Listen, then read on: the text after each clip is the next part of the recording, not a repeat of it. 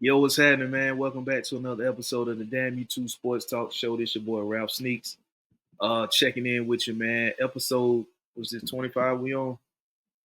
Um Week 3 NFL recaps. But before we get to it, man, make sure you head over to YouTube, subscribe to the content, click the notification bell so you can get notified when new content drop. If you want to follow me over there on IG, the sports pages, damn_YouTube_sports talk. You can click the link in the bio. You subscribe to the content that way too.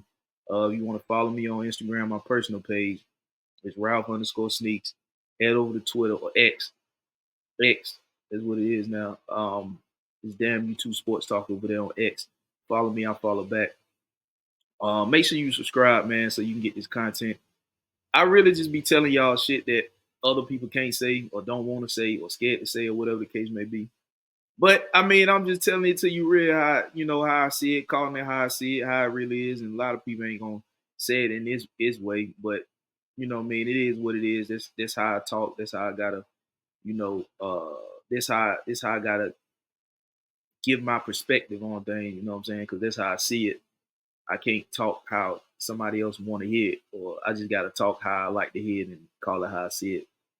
And but just make sure you head over there and subscribe to the content, man, because it's uncensored sports talk. But we're gonna get to it, man. Week 3 NFL recap. Uh, there was some good football this weekend. It was some surprise teams that won. It was some surprise losses. It was some unexpected things that happened in the NFL this weekend. Um, but let me start the show off by saying, well, with this game here, because last week it was a lot of talk around the Carolina Panthers with Bryce Young, getting benched, Andy Dalton in, Bryce Young out. And let me just say this, because I know a lot of people in the media talk shit, but also a lot of people in the media don't watch Carolina Panther football. The Carolina Panthers don't have a huge fan base. They don't have a fan base like the Dallas Cowboys. They don't have a fan base like the Las Vegas Raiders. They don't have a fan base like the Steelers. They don't have a San Francisco 49er fan base. They don't have a New York Giant fan base. They don't have a Green Bay fan base. They don't have fan base like a lot of these other teams. Their biggest fan base is right there in the Carolinas. And even then, there's a lot of people in that area that's fans of other teams. You know what I'm saying? So a lot of people don't follow Carolina Panther football and haven't since Cam Newton stopped playing for them.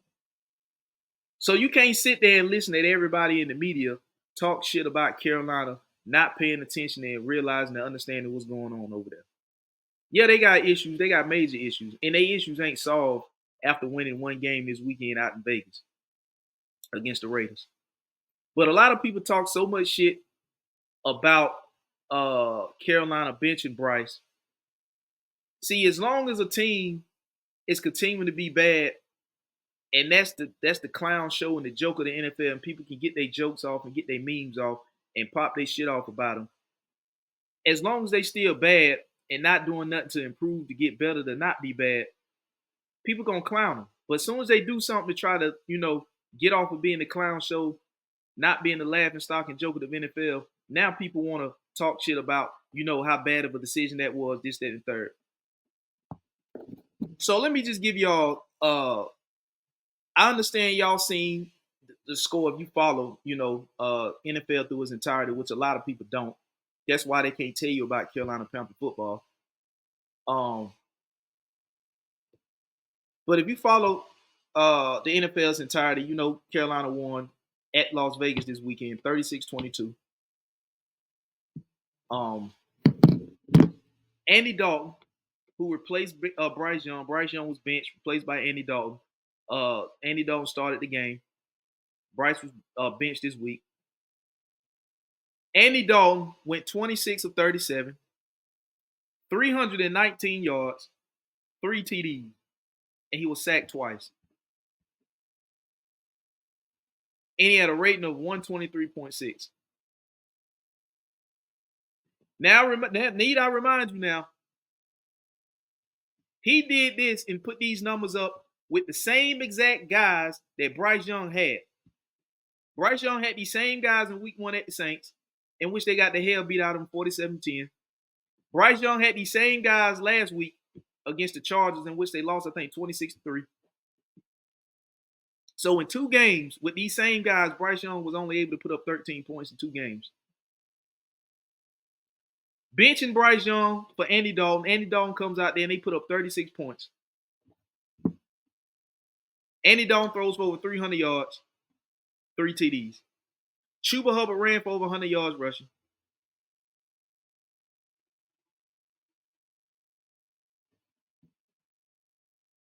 And he had a receiving TD.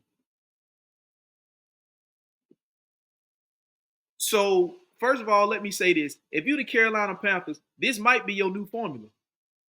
Since you can't seem to get the guys in there to develop a quarterback, your formula might be, let's roll with a vet quarterback. Because like I always say, and I don't think I've said it on here before, but I've said this in private conversations with other people, it's easier for a veteran quarterback to coach up a young rookie or younger wide receiver than it is a veteran wide receiver to coach up a young quarterback. Let me say that again. It's easier for a veteran quarterback to coach up a young receiver than it is for a veteran receiver to coach up a young quarterback. This might be the formula Carolina need to go with. Because when Carolina is successful, for the exception of Cam Newton, he was the only one that I can remember in my recent memory that was a young quarterback that came in and had success and had longevity success with Carolina. All the other times Carolina's been successful, it's been more of a veteran-style quarterback. That might need to be the formula for Carolina. You just need to get young and stay young at the running back position, the wide receiver position, and sprinkle in a veteran or two in there, and sprinkle in a veteran or two along that offensive line, and get you a veteran quarterback. Because you don't have the people over there to develop a young quarterback. So that might be the formula for Carolina. That might be the identity they need to go out. It's sticking more with a veteran quarterback and get young at the wide receiver position, in the running back position, and sprinkle a vet or two along that offensive line and stack up on their defense. That may be the route they need to go. Because like I said, the success that Carolina's having, it's been coming from veteran quarterback play, for the exception of Cam Newton. So that may be the route that they need to go. So all these people out there in the media, they ain't going to backpedal and apologize for benching Bryce Young. They talked all that shit about Bryce Young getting benched. But what the hell did Bryce Young do in the first 2 weeks with the same damn weapons Andy Dalton had Sunday and went out there and threw for over 300 yards? They didn't get a whole new offense in a matter of a week time for Andy Dalton that they didn't have for Bryce Young when he was out there. Same damn players, same offensive line, same running back, same wide receiver. I mean, it was so bad. I mean, Sunday was so good that Carolina defense came out and played. Although they gave up 22 points, but don't let that be, the final score indicate how the defense played. Everybody seemed to have a different body language Sunday on both sides of the ball. The offense had damn good body language. The defense had damn good body language. The wide receivers showed great body language. The chemistry was there from a veteran quarterback. Throws were being made. The timing on the plays were there. That just comes from a veteran QB being in the league, knowing how to throw guys open, knowing how to get the ball in smaller windows, seeing a lot of coverage that Bryce Young ain't seen, knowing how to slide the protection along the offensive line, knowing how to step up in the pocket, knowing the situation where you can't take a sack here, you got to get X amount of yards on this play. If this ain't here, that ain't there, you got to go through your progressions. Throw the ball away when it ain't there. That's the knowledge that you get from a veteran quarterback. That's why I said that a veteran quarterback can teach up a young wide receiver better than a veteran wide receiver can teach up a young quarterback. Now you got to understand that they got Cincinnati coming up this weekend. Cincinnati's sitting at 0-3. Cincinnati just took an L last night on Monday Night Football to the Washington Commanders. I'm not saying that Carolina is about to be a team to be reckoned with, but what I am about to say is Now you're starting to see more phases of the game open up for Carolina because they got a quarterback back there that can actually get the ball down the field and get this offense moving, pick up first downs, and convert those drives into points, whether it's a field goal. And a lot of times they converted and got in the end zone. They made the throws that had to be made. Now I don't want to hear nothing about it was the Raiders, this, that, and the third, because a lot of the media was out there just praising the Raiders after they came off that road victory at the Baltimore Ravens. They was out there talking about the Ravens. They was talking about how good the defense is. They was talking about how Gardner Minshew was looking pretty solid. So I don't want to hear nothing about that from certain people in the media. They was just upping and praising the Las Vegas Raiders after they came back and won at Baltimore. But now what I'm saying is, if Carolina can get that run game going with Chuba Hubbard, and like I said, he had over 100 yards rushing and a receiving touchdown Sunday, they can get that ground game going. I'm not saying they're gonna be a team to reckon with because they still got a ways to go. But what I am saying is, all them jokes and memes, you're gonna start to see that shit go away. Because this team had the capabilities to be 1-1 or should be 2-1.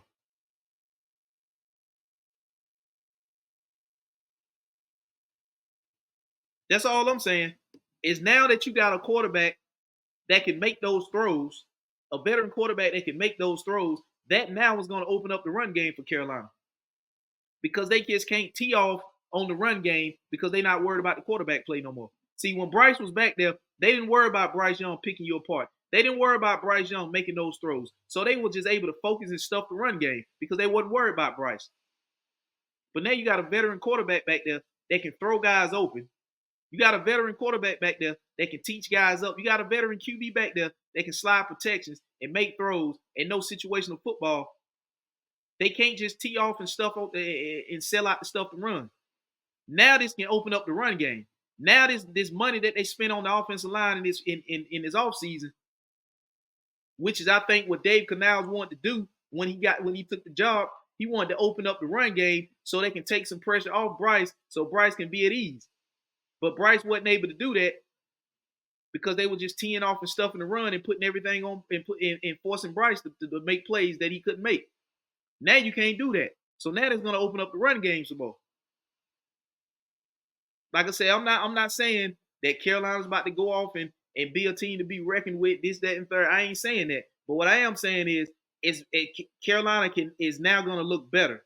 Now, I said I didn't think that Carolina's going to – when I said Carolina ain't going to win no games, I'm not saying they literally going to win 0 games, go 0-17. No, they're going to win some games.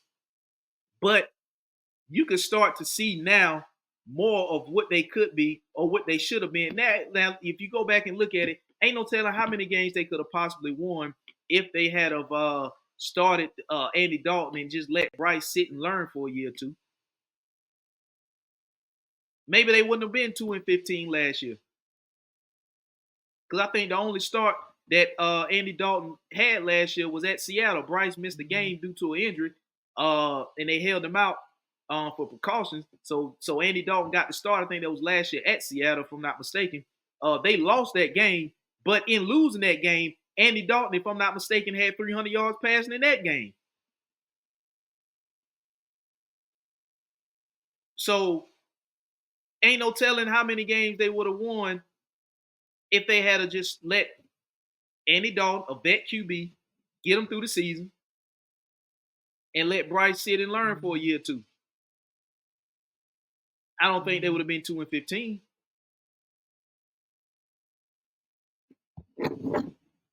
But needless to say, they came out on the road. They beat the Raiders.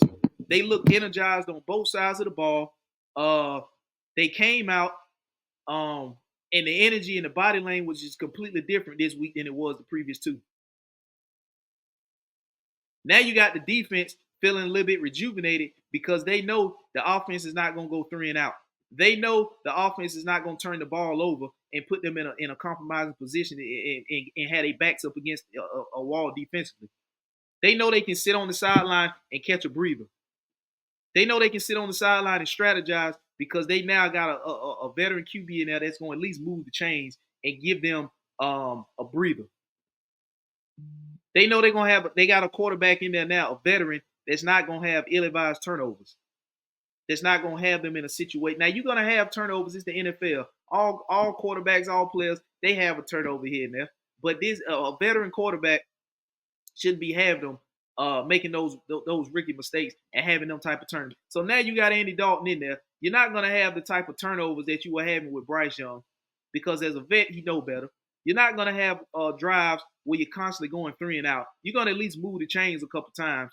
You're going to punt the ball. It's the NFL. You're not going to always just go down the field each drive. You're going to pick up some first downs here and there, and then the drive's going to stall or whatever, and then you're going to have to punt with it. So you're going to have that. But now the point I'm making is now you got the defense. Body language is different because they know they ain't got to go out there every 3 to 4 plays because the offense is stalled. It's a turnover, 3 and out. So now you got the body language is better from everybody. Now Adam Thielen done suffered a hamstring injury, but the body language is better from everybody. It's like guys know now we're starting to see what we're capable of doing. And it's no knock against Bryce. It's just the fact that, he has to sit and learn. And Bryce ain't the only one that's got to sit and learn. It's bad quarterback play. You can go throughout the league and pick and point out bad quarterback play. Yeah, you can argue and say Caleb Williams ain't did shit in the first 3 weeks. He had a solid game this past week against the Colts, but it came in a losing effort. But the first 2 wasn't good.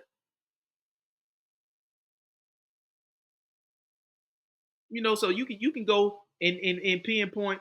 And I understand Bryce is Bryce in his second year and Caleb is a rookie, but still you can go and handpick through the league and see that these first 3 games it's been bad quarterback play throughout. You know what I mean? So Bryce ain't the only one that's playing bad. His other quarterbacks is playing bad too. It's just that Bryce is probably playing the worst, but there's other guys out there at the quarterback position that ain't playing well either. So it's not a bad idea for him to sit and learn, especially when you got a veteran quarterback like Andy Dalton. Andy Dalton, in my opinion, he ain't no slouch. I'm not saying he's the best, but he ain't no slouch. They were winning games when he was in Cincinnati as a starting quarterback with Marvin Lewis. They were making the playoffs. They just weren't winning when they got to the playoffs, but they were winning games in the regular season to get in the playoffs when him and Marvin Lewis was together in Cincinnati. So Andy Dalton ain't a bad quarterback, especially if you got him as your vet. So that ain't a bad quarterback to sit behind and learn. It's not like Carolina is in a situation where they don't have a veteran quarterback, where they got Bryce Young, and then they got like a 3rd or 4th year quarterback. So that 3rd or 4th year quarterback is still, to some degree, maybe going through a slight learning curve. So what the hell can Bryce learn from a 3rd year quarterback? Hell, a 3rd year quarterback is still competing for a starting job. So what the hell is he going? What the hell can he learn? Bryce pick up. They get in a QB competition. So that ain't a bad idea for what Carolina's doing, despite all the shit that a lot of people in the media talk. But let them tell it. They ain't gonna tell it to you like this. They gonna talk about how bad the organization is, which it is to some degree. But they talking about how bad of a move this was to sit Bryce. See, now what they can't do is see what they ain't gonna tell you and what they thinking is, because they ain't gonna tell you this. That's why I'm here telling it to you, because they ain't gonna damn tell you. See, they thinking that Carolina's gonna continue to be the laughing stock, and they can get their jokes and pop their shit off every week about a clown show and what a joke it is over there in Carolina. But at some point, you gotta change something if you want a different result. Now, if you want to keep being a clown show and keep losing games, this, that, and third, just keep going with what you was doing. But as soon as you want to stop the bleed and stop being the joke and stop being the clown show, you got to change up what you was doing. And that's what they did. They sat Bryce and they put in Andy Dalton. And as a result, they got to win. As a result, the offense looked better. As a result, the defense looked better. As a result, the team overall looked better on the road at the Raiders. Now, like I said, they got Cincinnati coming up this weekend. Now, if they can go in there and do the same thing this week that they did out there in Vegas, I think they'll win 2 in a row. Especially if they can get the ground game going. And looking at what I saw from Cincinnati last night, I think Carolina can carry this momentum over coming back home against the Cincinnati Bengals this weekend with Andy Dalton playing his former team. I think that they can get the ground game going. Now, can they hold up on the on defense? We'll see. But if they can get the ground game going, if they can get that offense moving the ball down the field like they did, and they can get that defense playing rejuvenated football and get that high energy in their body language up, then they make that's a good chance they can win 2 in a row and get to 500. But that wouldn't be a good look for Cincinnati, who lost last night to the Washington Commanders, because Washington was able to run the ball.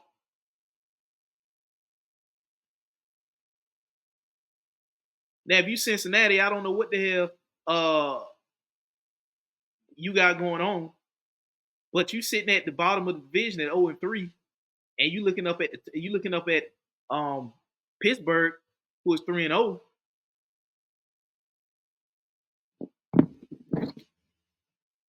That ain't how they drew that shit up. That is not how they drew that up.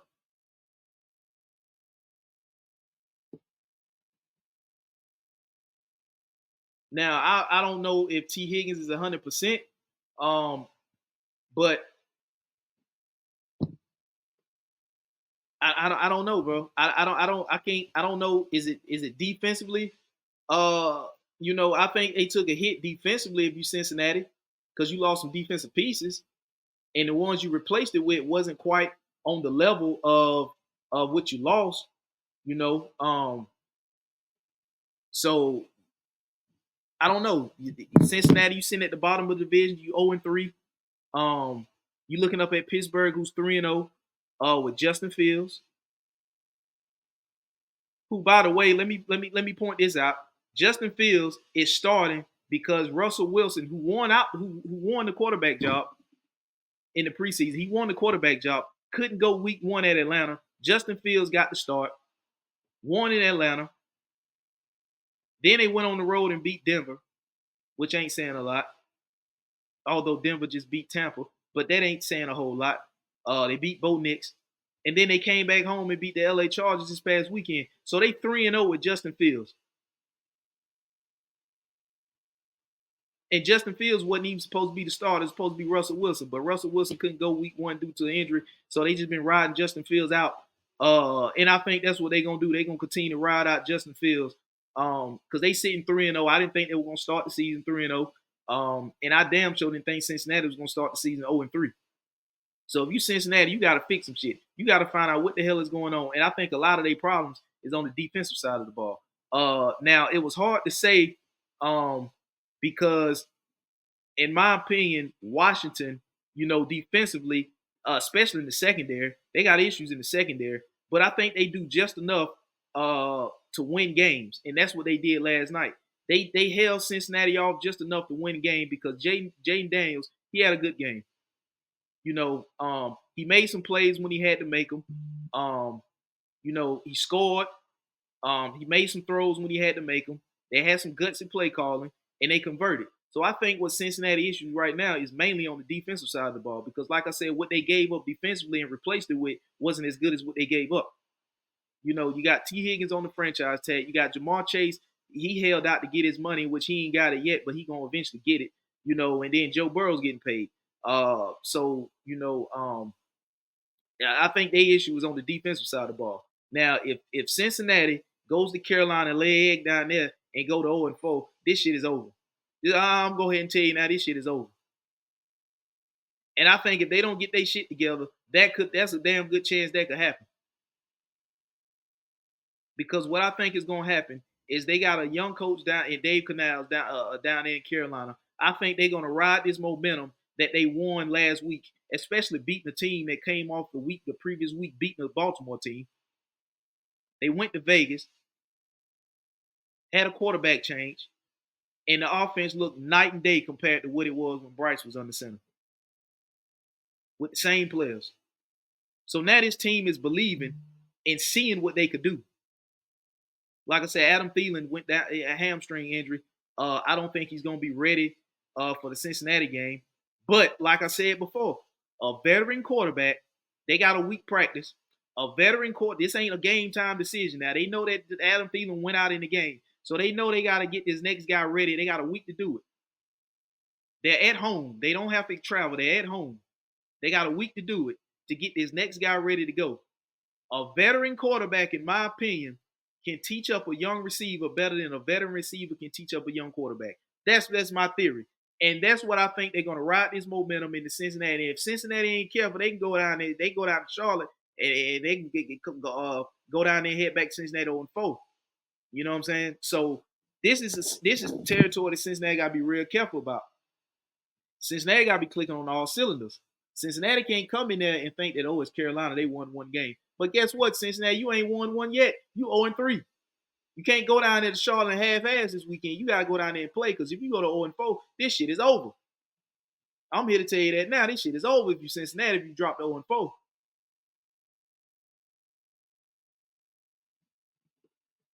So you got that going on if you Cincinnati. Hats off to Jaden Daniels. You know, he was 21 or 23. He only had 2 incompletions last night, 254 yards, 2 TDs, and he got sacked twice. He had 12 rushes, 39 yards, and a touchdown. I think 12 rushing attempts, like I said on previous episodes, is a little bit too much for Jaden Daniels, in my opinion. I think they need even though Brian Robinson had 16 rushes, he only had 33 yards. So I think what they need to do is they need to open up the run game some more. So Jaden Daniels, I don't know why I keep calling him McDaniels, but Jaden Daniels, so he won't have to rush 12 times. He had more rush attempts than Austin Ekeler, and I understand Austin Ekeler left the game because he had concussion. But at that point, Austin Ekeler only had 3 rushes for 35 yards. So you know, Jaden Daniels, I think his frame is not big enough to be rushing the ball 12 times. In my opinion, that's just me. 12, I think they need to scale back. I'm not saying don't utilize Jaden Daniels' legs at all, because he is a mobile QB. He can make some things happen with his leg. So you definitely want to exploit that, but I don't think you need to do it 12 times. You know, I think you need to scale back on his running. You know, and open up your run game, establish your run game, so you won't have to utilize his legs as much with his frame. You don't want nothing to happen to him. That's second overall pick. You don't want nothing to happen to him. So 21 or 23, 254 yards. Like I said, Cincinnati defensively. Jay McDaniels, as a rookie, only had 2 incompletions last night. 254 yards passing, 2 TDs. He was sacked twice. That's why I'm saying Cincinnati, you got defensive issues. You got defensive issues. It's to the point now where Cincinnati has to go out there on the offensive side of the ball with Joe Burrow and Jamar Chase and T. Higgins and in the crew out there offensively, and go down the field, because they can't afford to be slumping on the offensive side of the ball. Because if they slump on the offensive side of the ball, I mean, they sitting at 0-3 now, you know, but they can't afford to be slumping on the offensive side of the ball, because now the defense is not as good as it was. You know, although they had a good competitive game at Kansas City, and you know that pass interference, you know, would bail them out. You know, they played Kansas City tough. Then you come back and you get beat by Washington. In week 1, you open up and losing to New England. So they got to fix some things on the defensive side of the ball. But Joe Burrow, he was 29 of 38, 324 yards, 3 TDs, and he was also sacked twice. Chase Brown, 7 attempts, 62 yards. Zach Moss, 12 attempts, 58 yards. You know, Jamar Chase had over 100 yards receiving. T. Higgins, 3 receptions, 39 yards. You know, you do it. You put up 33 points offensively. That should be enough points to win the game, but you gave up 38. So that's what I'm saying about Cincinnati. They got to fix some defensive issues over there in Cincinnati. Like I said, they go to Carolina this weekend. And if they don't got that shored up, I think Carolina riding the momentum of coming off of victory at the Las Vegas Raiders, could come out there and carry this momentum over and beat them. They should look to exploit the run game. I think Carolina now should be able to get a little bit more of the run game going. You know, you're looking at Cincinnati's defense. They look vulnerable. You know, so if they ain't careful, they can go down there and slip up and fall to 0-4, and and Carolina can move to 500 2-2. But Jaguars at the Bills, that was also a Monday night game. The Jaguars got all kinds of hell beat out of them last night in Buffalo, 47-10. And now you're looking at Jacksonville. Like, what the hell is going on? Is it Doug Peterson? Is it the coaching? Um, because if you look at Trevor Lawrence, he was 21 to 38, 178 yards. That's a TD and a pick, and he was sacked 4 times. What the hell is going on down in Jacksonville? You just paid Trevor Lawrence all that goddamn money. You brought in Gabe Davis. Christian Kirk still there. Evan Ingram, the tight end, is there. So you got weapons. ETN's there. Bigsby, Tank Bigsby, he's there. You got weapons on the offensive side. But what the hell is going on in Jacksonville? Is it all defense? It looked like it's the whole damn team because I understand Buffalo is good, but damn, you only put up 10 points. I think last week you only put up 10 points. It was 10 or 13 points when you lost to Cleveland. I think it was 18-10 or either 18-13, something like that. You lost at home to Cleveland. So you're struggling offensively. I don't know why. I don't know, bro. Maybe it's Doug Peterson. At the beginning before the season started, and I was telling you, I was going through my divisions, division winners or whatever, and I was trying to figure out why Jacksonville, is struggling so bad, or why would they struggle when they got the more experienced head coach, Doug Peterson, who's won a Super Bowl. He's more experienced than Callahan in Tennessee. He's more experienced than the head coach over there in Indy. I can't think his name now. He's more experienced than the Miko Ryans in Houston. He has a Super Bowl. Those other guys don't. He's been there and he's won a Super Bowl. Those other guys haven't. But as a head coach, you got the more experienced quarterback. He's more experienced than Stroud. I'm not saying he's better, but he's more experienced than Stroud. Stroud is only in his second year. He's more experienced than Will Levis. He's more experienced than Anthony Richardson. So if you are the Jacksonville Jaguars, what the hell is going on over there? There's no way in the hell you should be having 38 pass attempts for only 178 yards. What the hell are you doing? Like I said, Buffalo playing good ball. I get it. It was Buffalo on the road at Buffalo, but 10 points. Come on, man. You're paying Trevor Lawrence all this damn money. So now you're probably gonna be looking at the coach. And a lot of times that's what I say, man. I think that a lot of these coaches, these recycled coaches, that is, I think the game is evolved, especially with the young players and the way that they coming in and the systems and the schemes that's going on in the NFL right now around the league. I think these young players benefit from somebody younger. They the style of play. And I'm not saying Doug Peterson is not up to par on what he's doing, but it don't seem like it. I think a lot of these young players, a lot of these schemes that they running is not what these older coaches want. I think a lot of these younger players like these schemes from these younger head coaches. But if you Jacksonville, you paying all this damn money to Trevor Lawrence and you only putting up 10 points. Like, what the hell? You throwing for 178 yards, and I get it. The quarterback play around the league is it ain't been lights out of what it should be, to start this season, first 3 weeks of the season. But Trevor Lawrence is making all this goddamn money, and you're putting up 10 points. Like, what the hell is going on?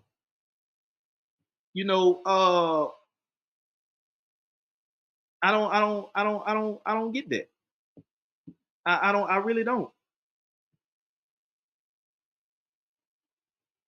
I mean, 5 years, 275 million, 55 a year. He's top 3 paid quarterback in the league. And you go to Buffalo and you get all kinds of hell beat out you like this, 47-10. Trevor Lawrence ain't no rookie. I mean, you got some playmakers on the offensive side of the ball. I mean, what the hell happened? You brought in Gabe Davis. You got Christian Kirk there. ETN still there. Evan Ingram there. So you got legitimate options on the offensive side of the ball that you could move the ball with. I don't know. I can't figure this shit out of you, Jacksonville. At some point, and then you spent money on Tyson Campbell. You got Trayvon Walker up front, and you got Josh Allen up front. So I don't know, but Buffalo last night 47-10 win. You had Josh Allen 23 of 30, 263 yards. He had 4 TDs, 6 attempts, 44 yards. James Cook 11 attempts, 39 yards and a TD. And James Cook 4 receptions, 48 yards. So you utilizing James Cook in both ways, running the ball and pass catching the ball. So you're now spreading the ball around. See, if you Buffalo, this is what I thought would happen once you lost Stephon Diggs. I thought you was gonna tap into Josh Allen more. Now they doing it because the ball is now being spread around. And now he's spreading the ball around. He's not really going to one guy 10 times a game. He's spreading the targets around to all these other guys, and he's getting the run game involved, whether it be himself or James Cook, because now they're utilizing James Cook both ways, running the ball and pass and catching out the backfield. So when you got a guy like that who can do both, you got to use him both ways, especially when you don't really have a true number one target. So that's exactly what's going on in Buffalo. They spreading the ball around. There's not one guy that's just seeing 10, 12 targets a game. They're utilizing the run game with Josh Allen and James Cook, and James Cook is also being utilized as a receiver too. So if you Buffalo, this is the formula you need to keep going by, because there's nobody that they can just zone in on, because you can now kind of get everybody in the offense involved. You know, you don't have to force feed a certain guy or guys. You know what I mean? You can just spread the ball evenly out throughout the offense. So if you Buffalo, I mean, you just beat the hell out of Jacksonville. You did what you had to do. And if you Jacksonville, you got question marks all over the damn place. You got to fix this shit ASAP. You know, because if you're paying a quarterback $275, I mean, something got to give. And like I said, you can point out bad quarterback play throughout the NFL to start this season out. But this right here in Jacksonville, they got to get on top of this. They got to fix this. I don't know if they're going to look to move off of Doug Peterson.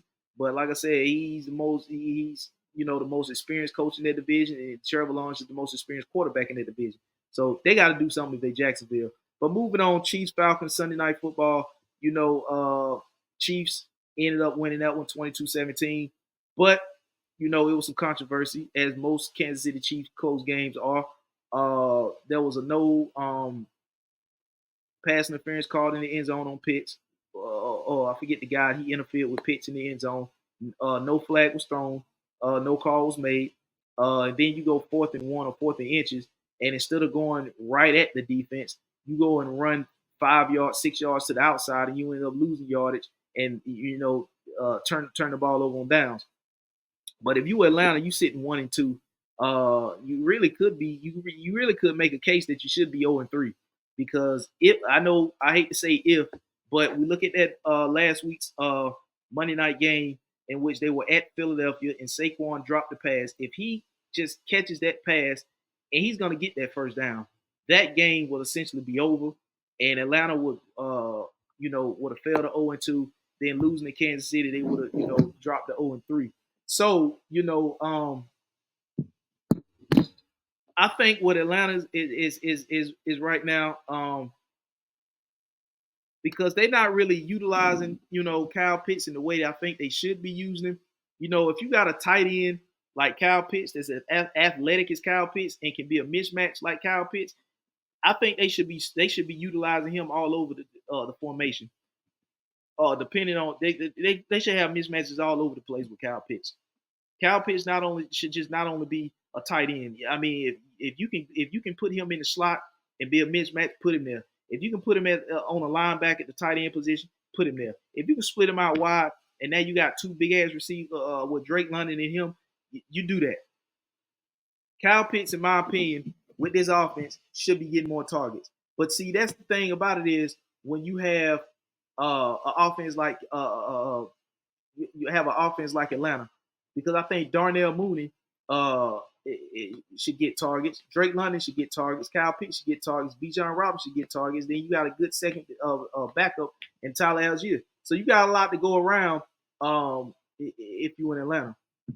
Kirk Cousins, 20 or 29, 230 yards, a TD, a pick, and 2 sacks. Tyler Algier, 7 attempts, 32 yards. Bijan Robinson, 16 attempts, 31 yards, and a TD. So they couldn't really get the ground game going. Drake London, 6 receptions, 67 yards on 9 targets. Darnell Mooney, 8 for 66. Kyle Pitts only had 2 receptions, 59 yards, and one of them was a 50-yard. So outside of that 50-yarder, he only had another reception for 9 yards. And that just can't cut it if you Kyle Pitts. So like I said, Atlanta, the front end of their schedule was kind of tough, But it gets to the midpoint of the season, it kind of lightens up, and then the back end of the season gets lighter. But you can't really go by that now because if you Atlanta, you don't want to dig yourself in a hole where you have to spend the easy part of your schedule getting out of the hole versus spending the easy part of your schedule pulling away in that division.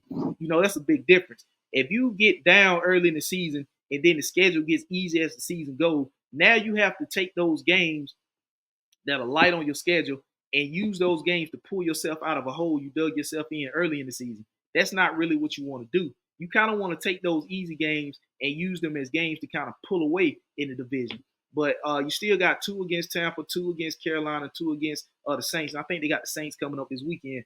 So there's going to be another tough one. I'm not sure where that game at, but it's going to be another. It's always a close one between Atlanta and New Orleans. But you don't want to do that. You want to come out the gate clicking and firing on all cylinders. And like I said, man, a lot of this got to do with a lot of people not playing preseason games. So those first game or two they come out the season, they got to build chemistry because they sat out the whole preseason. And I understand guys deal with injuries, and I understand the part that you don't want to get your key guys hurt, this, that, and third. But you still got to get some type of chemistry in because there's so much movement in the offseason. You got draft picks coming in. You got players that you brought in free agency. So you got guys that you still got to build some chemistry with, and you don't want to use the season to build a chemistry. That's what you want to use preseason to practice for. You want to get guys out there and get them going in the preseason, not play them the whole game, but play them a quarter, or half a quarter at least, and play them the first series, after halftime to execute a drive coming out after halftime. I think that's what they need to do, and you don't want to be digging yourself into an early hole and then using the back end of the schedule or midway through the schedule to dig yourself out of a hole that you dug yourself in early. And, you can't even always go by that because a lot of times teams start to become better than you thought they were going to be as the season goes. There's always going to be a surprise team each season that does better than what you think. And now you get down to the stretch of the season and you don't control your own destiny no more. You got to depend on another team to help you out. But if you had to took care of some of your business in the beginning of the season when you was digging yourself in a hole, that wouldn't be the case down the stretch. But needless to say, Kansas City 22-17, it always seems like the refs is in the favor of Kansas City. And like I always say, y'all, Kansas City Chiefs is the new version of what the New England Patriots was. It's kind of funny and crazy that when Tom Brady left New England and went down to Tampa, the Kansas City Chiefs was ready to take over as that next team that New England was in the AFC. They're getting all the calls in their favor. As a result, you see them back-to-back Super Bowl champs going for the three-peat. They're getting all, like I said, they're getting all the calls in their favor. If you look at it, Andy Reid is the new version of Belichick, except Belichick was a defensive guy. Andy Reid is an offensive guy. You look at Pat Mahomes is a new version of what Tom Brady was. The overall team is just the version of what the New England Patriots was. They starting to play they good defense, playing good defense, and then you look at Kelsey is what the version of what they had in Gronk. If you want to equate the two, and if you look at the wide receivers, outside of Randy Moss in New England, you really can't name another star-studded receiver that they had. They just had good players to come in and play their role. Outside of Kansas City receiving what they had in Tyreek Hill, you probably can't name another star-studded receiver. They just have guys that come in and play their role within their offensive scheme. And Pat Mahomes is quarterbacking that thing up with the receivers he got, the same way Tom Brady quarterbacked that thing up in New England with the receivers he had. Life after Randy Moss in New England, they still were successful. Life after Tyreek Hill in Kansas City, they're still successful. So that's what they're doing. That's the new version. That's the new NFL's version of what the New England Patriots was in both AFC teams. So they just keep finding a way to win games, and they're getting a lot of help from the refs the same way. You can say that the New England Patriots was to some degree. And you can go back, do your homework, look at it. The Tuck rule was one of them. But we ain't gonna get in all that. We're gonna keep moving. The Chiefs defeated the Falcons in Atlanta 22-17 Sunday night. The Ravens at Cowboys. The Ravens 28-25 over the Cowboys, even though they had a bigger lead than that, and they just let their foot off the gas, and the Cowboys made a run towards the end and fell short. If you're the Dallas Cowboys, you fall to 1-2. What the hell do you do? Because now, first let's look at the stats here. Lamar Jackson, 12-15, 182 yards and a TD. It's not lights out. It's not wowing you. But Derrick Henry had 25 attempts, 151 yards.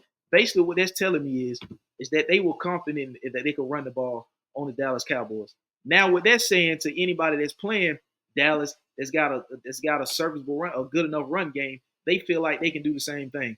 If you Dallas, you got to get in there. You got to show up that defense. Lamar Jackson even had 14 rush attempts. Lamar Jackson, 14 rush attempts, 87 yards. He had just as many rush attempts as pass attempts. He had 15 pass attempts and 14 rushing attempts. 182 yards passing and 87 yards on the ground. He had a passing TD and a rushing TD. There's not really it wasn't a lot of targets. Bateman had 4 targets. Nelson Aguilar had a target. Derrick Henry had a target. Zay Flowers had 4 targets. Isaiah Likely 1 target. I think that's one guy, and I keep saying they got to get that guy more involved. Isaiah Likely, he's an athletic tight end, and similar to Kyle Pitts, he's a mismatch. You could put him on the line as a tight end, and get him mismatched up on a linebacker. You put him in the slot, get him mismatched, or spread him out wide when you get in the red zone for 50-50 jump balls. You could utilize the guy in so many ways. I just think they got to get this guy more involved. Isaiah Likely. You look at Isaiah Likely, the more time he get, you just got to get this guy involved. I mean, the guy is 6'4", 240, 245, 246, something like that. You know what I'm saying? Why the hell are you not getting a 6'4" guy involved? And if you had to pinpoint one weakness or one area that they need to get strengthened up in, if you're the Baltimore Ravens, is the wide receiver corps. So if you got a guy that's 6'4", that can catch the ball, that can be a mismatch on a linebacker because he's athletic. He can be a mismatch on DBs because he's 6'4". Line him up in the slot or line him up out wide. Wherever you got to line him up in the formation to get the mismatch that you need, get this man the ball. 1 target, 1 catch for 4 yards, that ain't cutting it. That's not utilizing a 6'4" guy. And like I said, if you had to pinpoint something out about the Baltimore Ravens, a weakness or whatever, you could point at the passing game. And you got one guy that's 6'4", 240-something pounds, that can be a mismatch wherever you put him at, and you only giving him 1 target. That's not going to get it. Dallas Cowboys, you fall to 1-2. If you look at it, the Dallas Cowboys, they sit down at the bottom of their division. I mean, technically, they have the same record as the New York Giants, but they have the Cowboys listed as last in the division. You're looking up at the Washington Commanders at 2-1, the Eagles 2-1, the Giants 1-2, and then you got the Cowboys sitting down there at 1-2. You got to be wondering what the hell is going on. And I told y'all coming into the season that Mike McCarthy was one of my coaches that was on the hot seat. And then you get a lot of Cowboy fans that say, well, who are you going to get that's better? Is that at some point, it's not. Well, first of all, if you're the Dallas Cowboys, you got to stop looking at names. You got to get a coach that's fit where the NFL is going. Mike McCarthy does not fit where the NFL is going. Mike McCarthy from his days in Green Bay when he had a Super Bowl with Aaron Rodgers. But since then, he's not really done much. A lot of these guys are living off their name. And I think the Dallas Cowboys is one of those franchises that's going to go after a recycled coach, a recycled yes man coach. You just inked that Dak Prescott to $60 million deal. You got CeeDee Lamb inked in. You're going to have to get Michael Parsons inked in. Now, I'm not saying they can't turn the season around, but a 1-2 start to the season is not what they expected. But if you Baltimore Ravens, you got to be glad you came out of there with your first win because you didn't want to fall to 0-3. And you did not want to be down there with the Cincinnati Bengals looking up at the Pittsburgh Steelers. That division to start the season, the AFC North, is a surprise to me because I did not see the Bengals starting 0-3, and I did not see the Pittsburgh Steelers starting 3-0. And let me just throw this out there. Could it be that Justin Fields is saving Mike Tomlin's job? Because I talked about Mike Tomlin possibly being a dark horse for a coach that was on the hot seat this season. But it seems like the Pittsburgh Steelers, like I said, is a team that's in this new era of football, but still got their foot in the old era of football. I said they need to get more offensive. They need to get more explosive especially when they got a guy like George Pickens. And I think them having an athletic quarterback like Justin Fields with an arm, I think that now is helping the case to keep Mike Tomlin, in my opinion, because you probably wouldn't even seen this if you had Russell Wilson. So it might be a blessing in disguise that Russell Wilson did suffer injury Now, I don't want nobody to get hurt, but it might be a blessing in disguise that they were able to go with Justin Fields instead of Russell Wilson. And they've been rolling with Fields since, and as a result, they 3-0. So, and Justin Fields now seems to be in an area where he feels comfortable. So I think that may be helping out, saving Mike Tomlin to some degree, because even though Mike Tomlin hasn't had a losing season since he's been there, but they haven't been playing up to Pittsburgh standard football either. Especially when you're looking at Cincinnati, who's in that division that has been to a Super Bowl more recently than the Pittsburgh Steelers. But back to these games. What was I? 49ers, Rams. Two banged up teams. The Rams, like I said, I took the Rams to win this one only because they were at home. Both teams banged up. No Debo, no McCaffrey. If you're looking at the Rams, Puka Nacua banged up, Cup banged up. You just got guys banged up all over the place on both teams. San Francisco suffering back-to-back losses, so that falls them to drop them to 1-2. They won opening week 1 against the Jets, and then they fell at Minnesota, and now they fell at the LA Rams this week. So back-to-back losses for the 49ers. I think it's just injuries. It's got a lot to do with that. No Debo, no McCaffrey. Those are two big pieces for those guys. The Rams, they're also suffering injury, but they were able to pull out a win. Suffering injuries, they were able to pull out a win. Both them teams banged up. But, I think the surprise team in that division, in my opinion, right now is Seattle. And I'm going to get to Seattle in a second. But the Rams and the Cardinals, Detroit coming out 2017. I think if you Detroit, you had to have this win, especially coming off last week's loss against the Tampa Bay Bucks at home. So you had to go on the road and redeem yourself against the Arizona Cardinals. Jared Goff, 18 of 23, 199 yards. Like I said, a lot of these quarterbacks to start this season so far are not wowing you. You know what I mean? You would expect Jared Goff to pass for more than 200 yards. He had 2 TDs a pick, and he was sacked twice. Now, David Montgomery had 105 yards rushing in a TD. Jamar Gibbs, 83. So you had 2 backs, one back over 100, and another one was about 20 yards out from being 100. So what you didn't do through the air with Jared Goff, you made up on the ground between David Montgomery and Jamar Gibbs. But if you Arizona, 21 to 34, 207 yards if you Kyler Murray. I mean, you threw the ball 34 times and you only ended up with 207 yards, a TD, a pick, and you got sacked once. Marvin Harrison had 11 targets, but he only had 5 receptions, 64 yards, and a TD. So it's a good thing that they're looking at Marvin Harrison, looking his way, looking to get him the ball with 11 targets, but he only caught 5 of them for 64 yards. But like I said, if you Detroit, that's a way to bounce back coming off of last week's loss at home against Tampa. You go on the road to Arizona to win this one. Good bounce back for the good bounce back for the Detroit Lions. Dolphins, Seahawks. Of course, Dolphins had no Tua and Skylar Thompson. He ended up getting hurt in that game. Seattle took care of business 24-3, as I thought they would. Miami making that trip all the way from Miami all the way up to the Pacific North in Seattle. Seattle, like I said, man, Seattle, if you're looking at the division, Seattle was that team that's right there in the middle that's not getting enough talk because you got the people talking more about the Rams and they talking more about the 49ers. But both of those teams are banged up. So that's that one team that when those 2 teams are up here and they start to slide down, Seattle is right here ready to jump over them. Defensively, damn good team defensively, and they ain't bad offensively with DK Metcalf, Tyler Lockett, Jackson Smith and Jigma, Kenneth Walker when he's out there, Noah Fant the tight end. So they ain't Geno Smith. They ain't bad offensively at all by no means. They're not bad. And defensively, I think they just now starting to. They ain't even scratched the surface defensively. New head coach Mike McDonald over there. Byron Murphy up front. Witherspoon. I can't think of the other corner. Damn it, I can't think of the other guy. But they good. That's a good team. They just not getting enough talk because everybody talking about the 49ers and the Rams ahead of them.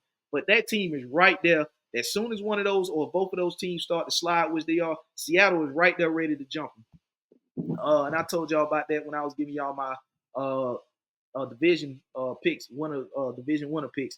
But they right there to jump over those teams in that division.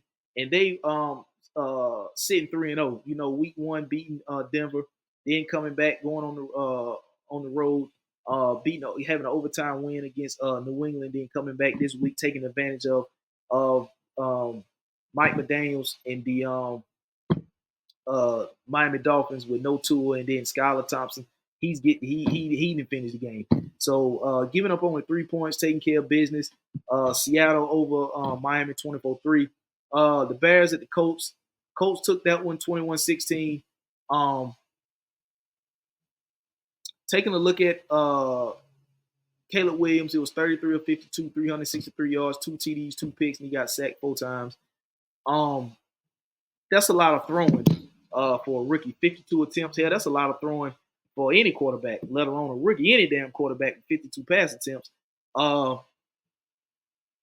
Roman Dunze, 11 targets. He had 6 receptions, 112 yards, and a TD. Cole Kmet, 11 targets. He had 10 receptions, 97 yards, and a TD. DJ Moore had 10 targets, 8 receptions, 78 yards. Looking at the ground game, DeAndre Swift, 13 attempts for 20 yards. You got to get the ground game going if you're Chicago. Now, I've heard people say that they should have, and I thought about it too. If you're looking at the Chicago Bears, they had the first overall pick, and I think they had the 9th pick. Do you think that they should have just kept Justin Fields, and with those 2 picks, one being the first overall pick, one being the 9th overall pick, they probably could have traded back with that first pick, picked up more assets, picked up an offensive lineman, because it looked like they need offensive line help here to start the season. And then, or still got Rome Medusa at 9.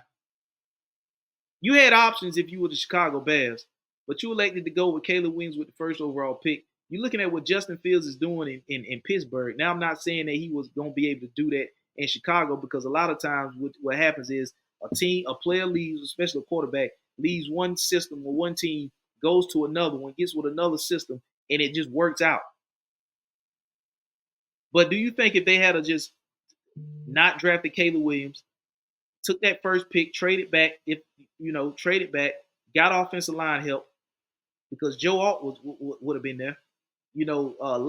J.C. Latham for Bama, got one of those offensive linemen to help shoe up that offensive line to some degree, because I'm not expecting a rookie to come in and fix an entire offensive line, but it would have helped.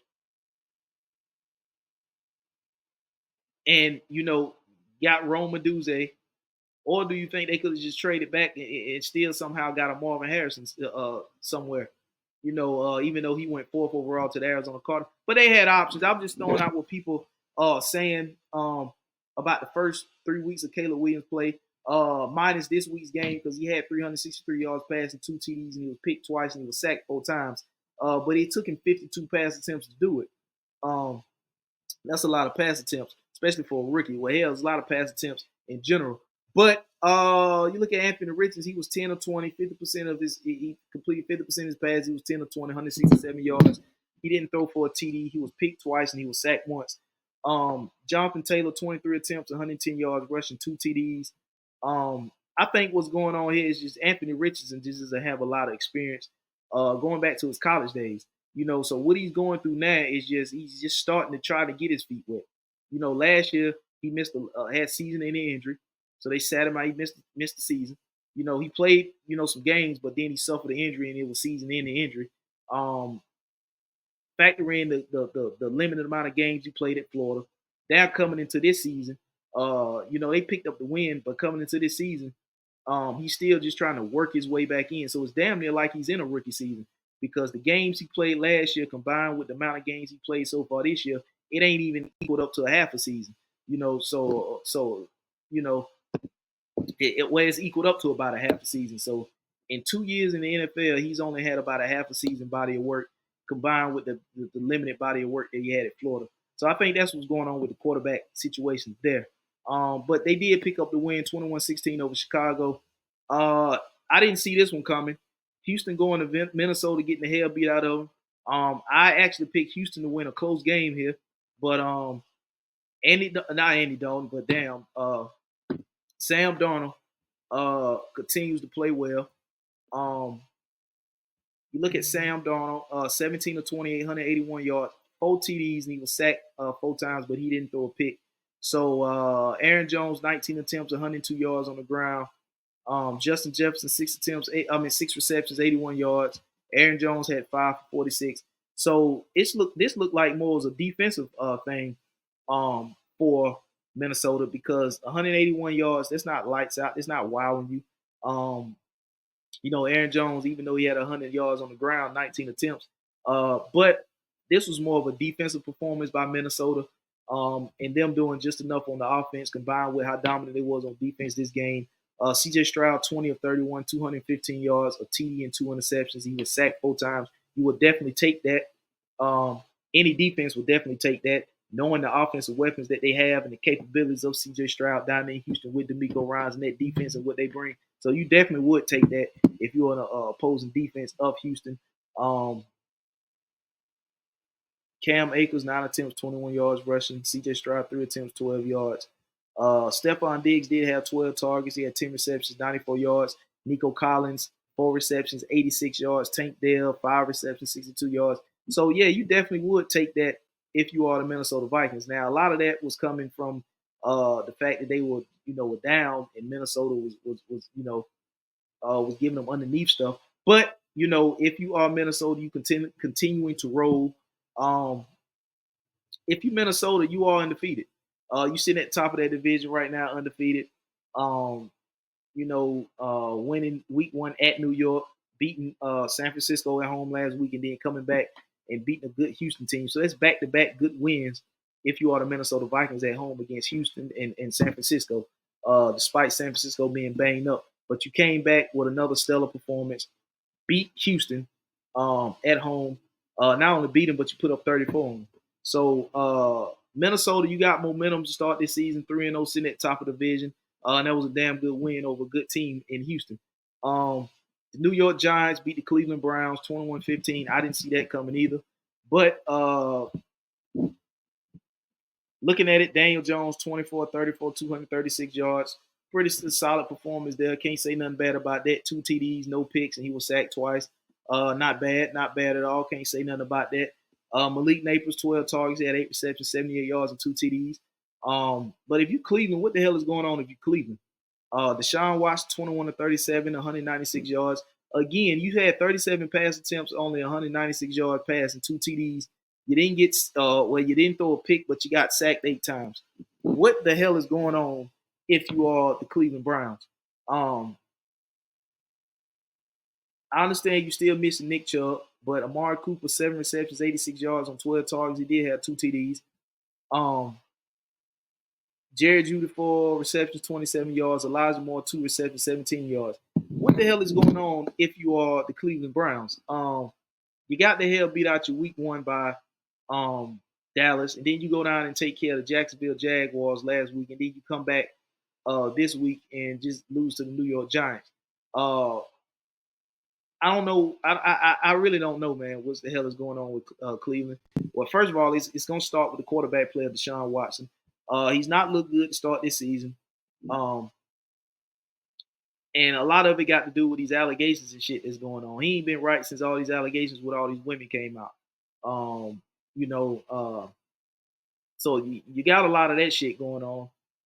Combined with you don't really have that Nick Chubb run game to kind of help balance and help you out offensively. But defensively, I really don't know. I don't know. Are they banged up? I know David and Njoku, the tight end. I know he banged up. He hurt. But if you Cleveland, you gotta get this shit together.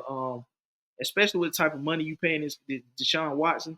And I think that's what's going on. It starts with Deshaun Watson. I think Deshaun Watson hasn't been playing Deshaun Watson like football, and as a result, it's compromising Cleveland to some degree. And like I said, a lot of that's got to do with a lot of stuff he got going on with the females and all these allegations and all this other shit going on. I get all that. But if you Cleveland, looking at the roster that you put together and the defense that you have, you shouldn't be losing these games, especially to the New York Giants, a team that you are better than and you are capable of beating, and you didn't. But instead, you go out and let Daniel Jones outperform Deshaun Watson, which is crazy. But New York Giants went on the road, got the victory 21-15 in Cleveland. Eagles Saints, another close one. I thought the Saints was gonna win this one, but the Eagles came out on top 15-12. No AJ Brown for the Philadelphia Eagles. I think Devontae Smith, he suffered an injury, concussion, I believe it was. If I'm not mistaken, I think it was something like that. And then they had a nasty incident or nasty footage of a Saints player.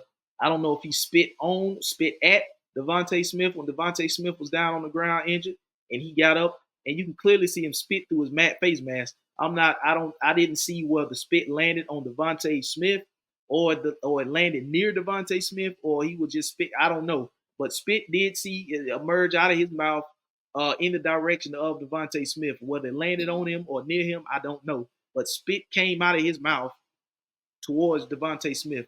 Now I'm not sure if the NFL is gonna take a look at that. But that's some nasty shit, man. You know, I don't give a damn if the player's injured or not. You don't spit. I mean, you don't spit at nobody. You know, I'm surprised nobody came up swinging on this dude.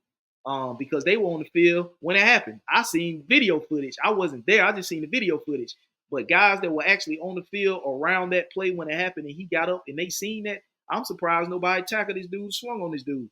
You know, it's just some shit that you don't let fly. And I'm quite sure if somebody did swing on this dude or whatever, yeah, it would be some consequences because it would have been a scuffle. But I don't think nobody's gonna swing on nobody for no reason. So that would have probably prompted the NFL to look into what actually jump started this altercation. If they look at it, the footage, especially the same footage I saw, they would see spit coming from this guy's mouth. So that then would have opened up an investigation for some suspensions or whatever. But that was just some nasty shit. You know what I'm saying? It couldn't have been me. You know, my teammate or whatever. We would just been out there brawling. I mean, damn, it would have been what it would have been. But if you the Eagles, you went on the road, took care of business, 15-10. Jalen Hurts 29-38, 311 yards, a pick, and he got sacked 4 times. Saquon Barkley is looking damn good to start this season. 17 attempts, 147 rushing yards, 2 TDs. Dallas Goedert 10 receptions, 170 yards on 11 targets. Devontae Smith had 7 receptions on 10 targets for 79 yards. So if you Philly, I had the Saints winning this game, especially after Philly lost that game last week to Atlanta in the way that they lost it. They came out and responded well, responded much better, holding the Saints to 12 points. And the Saints is a team who in their first 2 games of the season scored 44 plus points, 44 against Dallas and then 47 week 1 against Carolina. So, you know, the Saints, Derek Carr, he kind of cooled off this game, 14 of 25, 142 yards. He had a TD, a pick, and he got sacked once. Alvin Kamara, 26 rush attempts, 87 yards. Chris Olave, 6 receptions, 86 yards. Alvin Kamara, 3 receptions, 40 yards. So they cooled off offensively this week at home against the Philadelphia Eagles. Like I said, I had the Saints winning this game, but the Eagles went on the road, pulled this game out. They needed this game, especially how they lost that game last week to the Saints. And I didn't think the Saints were going to go another week scoring 40 points. But I did think that they were going to do enough to win this game coming back home, playing the Eagles, a defense in which I said had secondary issues, a defense I said which had trouble stopping the run up front. Looking at how they performed and played that last against the Falcons last Monday night. So kudos to Philly for going on the road against a good Saints team and responding the way they responded, coming out of it with a win based off of how they lost that game against the Falcons. So Eagles, good win on the road.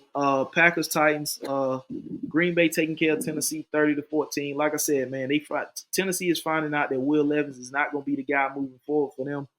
Malik Willis gets the start for Green Bay playing against his former team, 13-19, 202 yards, a TD. He was sacked 3 times. He also had 6 rush attempts for 73 yards and a TD. Tennessee, Will Levis, 26-34, 260 yards, 2 TDs and 2 picks, and he got sacked 8 times. Tony Pollard, 6 attempts, 14 yards. DeAndre Hopkins, 6 receptions, 73 yards. So, you know, Tennessee, Green Bay put on a damn good defensive performance that game, and I thought that's what they was gonna do. They weren't gonna ask Malik Willis to do too much. They were just gonna ask Malik Willis to do what he was asked to do and get back by that Packer defense. I think Green Bay knew that they were going to beat Tennessee based off first 2 weeks performance by Will Levis. Knowing that Green Bay defense, which picked off Will Levis twice and sacked him 8 times, that's what they were going to do going into this game to Will Levis. They were going to play damn good defense and just ask Malik Willis to do, not too much. And then they came out with the win 30-14. Moving on, we got the Broncos that went on the road and beat the Bucs. Something else I didn't see. I didn't think that Denver was going to go on the road and beat Tampa 26-8. Bo Nix, 25 of 36, 216 yards. No TDs, no sacks, no picks. I think that was the most important stat for Bo Nix. He didn't get sacked. He didn't throw a pick, even though he didn't throw a TD either. They put up 26 points without him throwing a touchdown.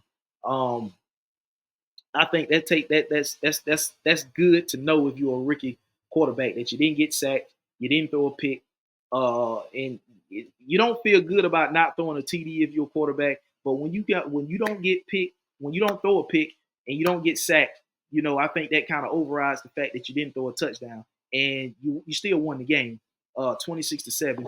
Defensively, Denver played well, only giving up 7 points. Cortland Sutton, 7 receptions, 68 yards, 11 targets for Sutton. I think Cortland Sutton could be a much better receiver. I think he's just being held back by having a rookie QB.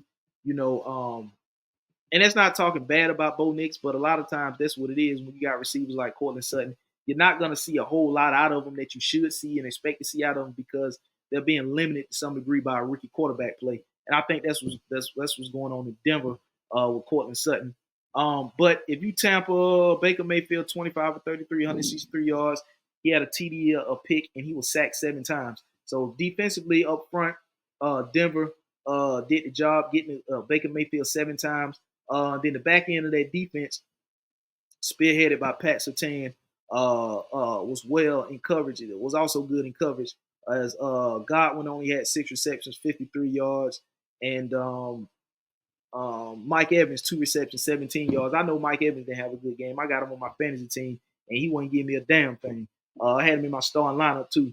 Even though I won my matchup this week, I ain't get a damn thing for Mike Evans, and that's how I knew that Denver was doing some good things defensively, damn good things defensively. On the road at Tampa, as I picked Tampa to win this game, but obviously Denver went on the road, took care of business, 27-6 against Tampa. Chargers, Steelers. I had picked Pittsburgh to win this game, as you know, and they did come out 20-10 win. I just thought it was going to be tough for back-to-back weeks to make cross-country trips. Last week, the LA Chargers was in Carolina. This week, they're in Pittsburgh.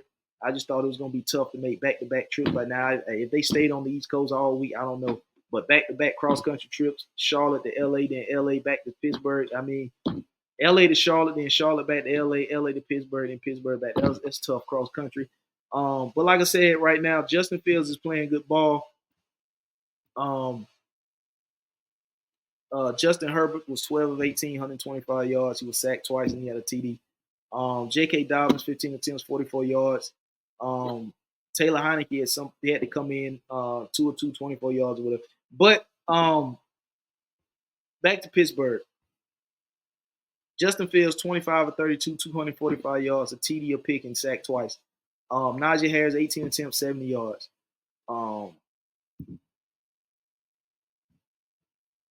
George Pickens, 5 attempts, 57 yards. That's what I was asking earlier in the show, in the episode, about Justin Fields possibly saving Mike Tomlin's job, because I thought that Mike Tomlin coming into this season, looking at him, you know the old saying, if you got 2 quarterbacks, you ain't got one. And that's exactly what they came into the situation with. So it kind of, back to what I was saying, was a blessing in disguise that Justin Fields had to take over, because Justin Fields is a more, in my opinion, more athletic quarterback than Russell Wilson. Even though Russell Wilson has the experience, he has Super Bowl experience. So he does come from more of an experienced side of being a quarterback. But Justin Fields, in my opinion, fits where the NFL is going with these quarterbacks. And I think that's what Pittsburgh need to be. Pittsburgh is one of them teams, in my opinion, since Big Ben, they haven't been able to find their way fully into this new era of the NFL and where it's going. They kind of got one foot in it and one foot still trailing of what football used to be. And I think, like I said, with George Pickens, they need to get more explosive on the offensive side of the ball. Pittsburgh is known for good defense. They're known for that. But I think with this era of the NFL, they need to get more offensive. They need to get more explosive. And I didn't think that Mike Tomlin had those capabilities. Even though they still haven't had a losing season under Mike Tomlin, you can kind of see they need to get more explosive, more offensive. And now they have a quarterback that can do that. I don't think Justin Fields is a bad quarterback. I think Justin Fields was just in a bad situation in Chicago. He's now seen to be in a situation where he's playing much better in Pittsburgh than he played in Chicago. He's that quarterback that's mobile, athletic, and that's the kind of quarterback that, in my opinion, Pittsburgh needs. So with them starting 3-0, it's still a lot of football left to play during this season. But I think that this is something that could kind of save Mike Tomlin, so to speak. They couldn't go into this season and go 9-8 and miss the playoffs, or if they did make the playoffs somehow, get bounced in the first round. They needed to get more modernized in the NFL. You know what I mean? The Mason Rudolph, that didn't work. Kenny Pickett, that didn't work. So and like I said, you brought in two quarterbacks who are basically going to be free agents at the end of this season. So they're lucky that Justin Fields is playing the way he's playing, because if he wasn't playing the way he's playing and Russell Wilson ain't performing, then both of those guys were going to be out as free agents. And I don't think that Pittsburgh Steelers were going to re-sign either one of them. They were going to go into the draft looking to get a quarterback, and they were going to be banking and hoping that a rookie quarterback can come in and steer the ship and get them a little bit more explosive and dynamic on offense.